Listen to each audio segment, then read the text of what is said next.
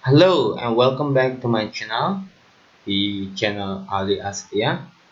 Oke, masih bersama saya Ali dan hari ini kita akan membahas masalah struktur konfigurasi di router ya, di aplikasi Cisco Packet Tracer.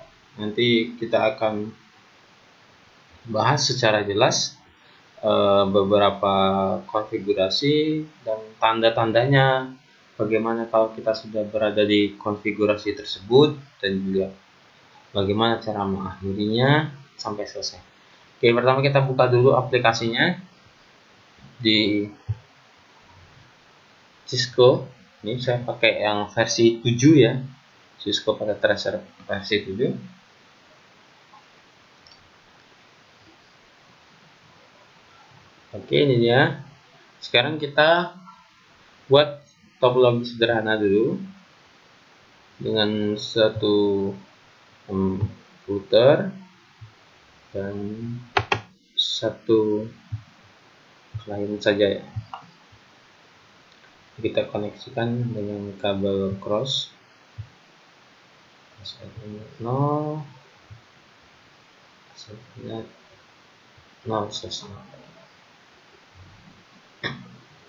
Nah, pertama kita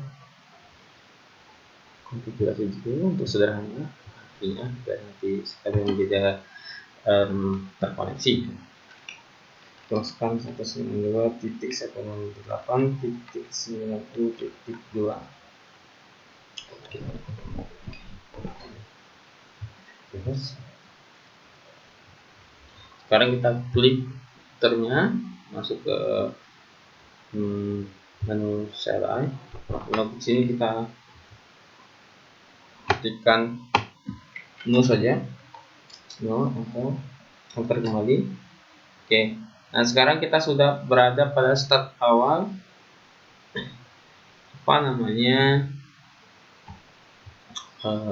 konfigurasi router ya.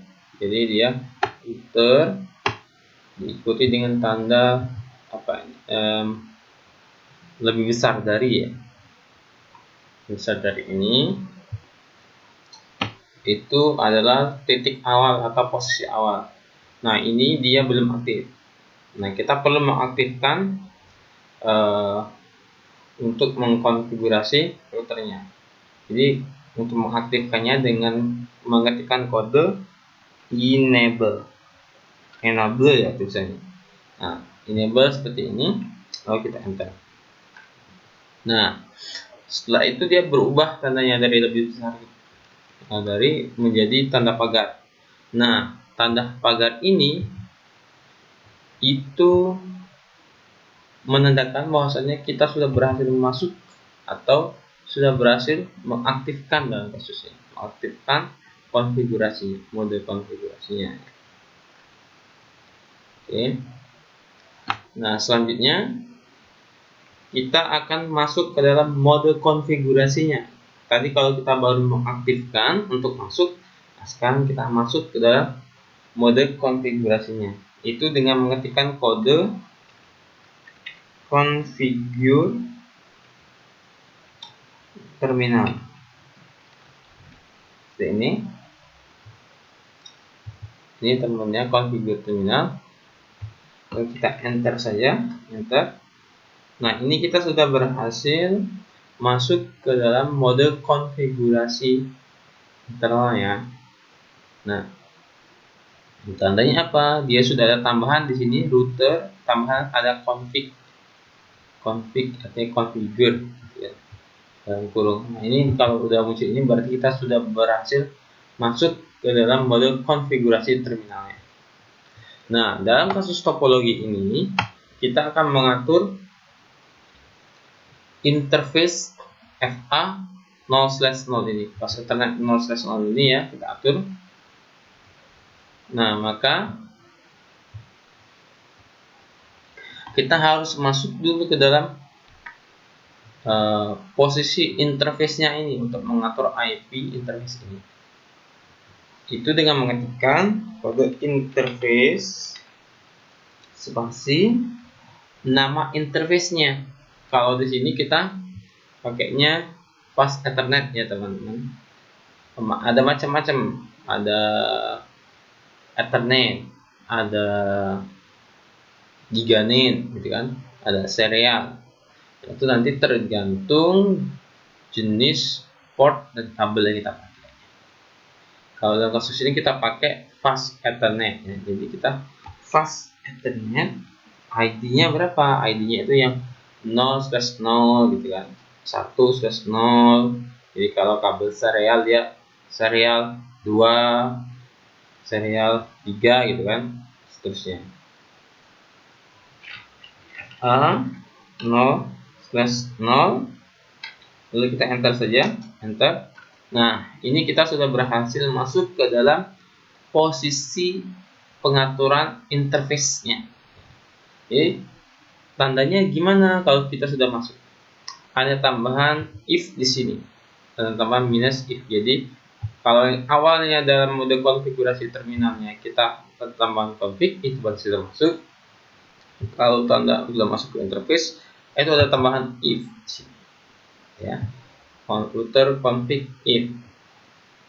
Nah, kita tinggal mengatur IP address-nya saja. Atur IP address 92.68.90.1, lalu diikuti dengan subnet max. Kita kasih default 55.255.255.2.0, enter. Oke, kalau dia tidak ada notifikasi apapun, langsung masuk lagi ke tetap pada posisi ini, itu berarti kita sudah berhasil menambahkan IP address-nya. Ini ya. Nah, selanjutnya kita akan membuat si konfigurasinya ini tetap menyala ketika kita sudah keluar dari konfigurasinya. Itu kita ketika no shutdown. Jadi kalau kita no shutdown berarti dia nggak akan mati kalau ketika kita keluar dari konfigurasi ini.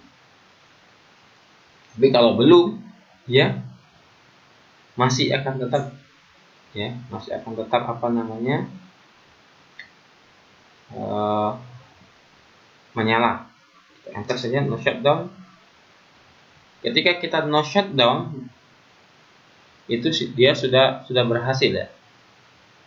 Contohnya bagaimana sudah berhasil kita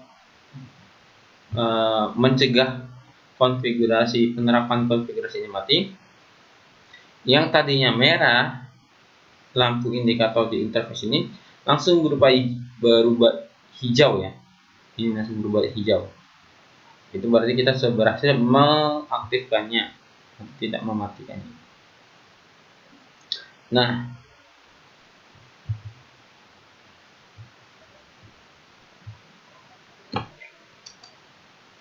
oke, kita sudah berhasil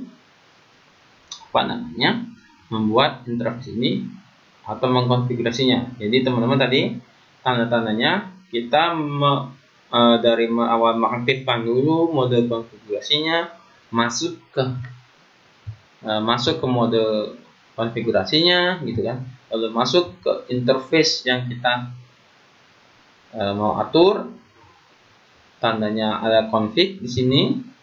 Lalu bagaimana kalau sudah masuk ke interface, ada tambahan if di sini, ya kan? If ini.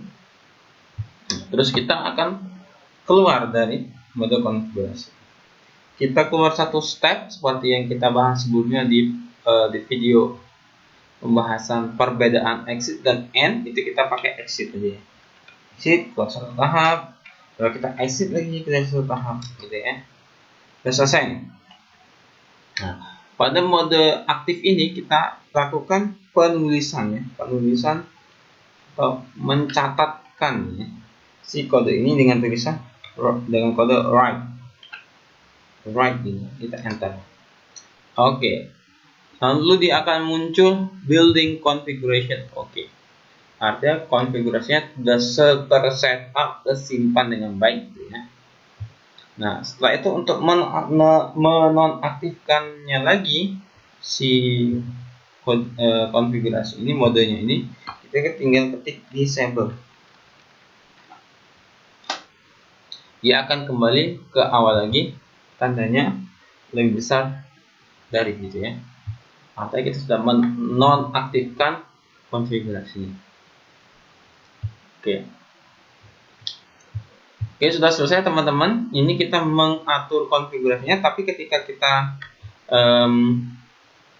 menguji koneksinya, ini belum bisa berhasil ya. Karena di kliennya kita belum atur default gateway-nya. Ini kita atur dulu default gateway-nya.